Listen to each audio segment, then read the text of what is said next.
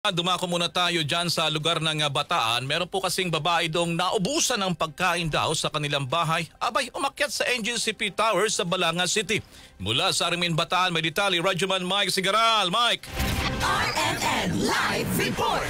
Muling nabulabog ang mga residente ng barangay Doña Francisca, Balanga City, Bataan matapos umanong umakyat sa isang NGCP Tower ang isang 21 anyos na babae na kinilalang si alias Shane. Sa ikalawang pagkakataon, misbonde ang Balanga City PNP, mga marshals ng lungsod at ang local na rescue team matapos makatanggap ng emergency call mula sa mga residente. Kagad silang nagtayo ng safety gear kabilang ang isang malaking rescue airbag sa paanan ng tore upang maagapan ang posibleng pagbagsak ng babae. Ayon sa mga opisyal ng barangay, hindi ito ang unang beses na umakyat si Shane sa parehong tower o tore. 3 buwan na ang nakalilipas ay ginawa rin niya ito habang lasing matapos makipagtalo sa kanyang kinakasama. Sa insidenteng ito, sinabing hindi siya nakainom at nagawa lamang umano ito ang akto dahil sa labis sa pagkadismaya. Matapos umano siyang mawalan o maubusan ng pagkain. Matapos ng higit 2 oras na pakikipagnegosasyon mga opisyal ng barangay, matagumpay siyang napababa at kasalukuyang binibigyang atensyong medikal